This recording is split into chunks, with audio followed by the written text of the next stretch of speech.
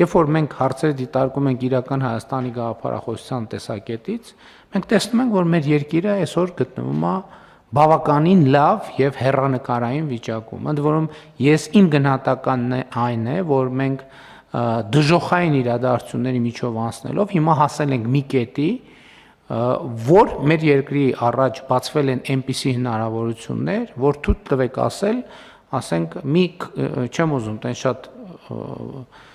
տարածական բան ասել, բայց մեր պատմության մեջ մենք այսպիսի շանս ապահովելու մեր պետության հարատևությունը առաջիկա հարյուրամյակների համար երբեք չենք ունեցել։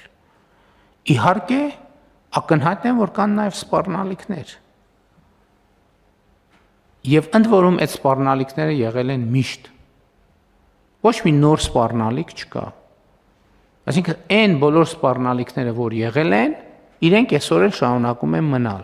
Որն է տարբերությունը։ Տարբերությունն այն է, որ մենք այդ սպառնալիքները կառավարելու հնարավորություն ենք ստացել տեսական եւ գործնական, եւ երկրորդը ինչն է նորություն է այս պատմության մեջ։ Նորությունն այն է, որ գոյություն ունեցող սպառնալիքներին որպես հակակշիռ բացվել են անհավանական հեռանկարներ մեր երկրի առաջ։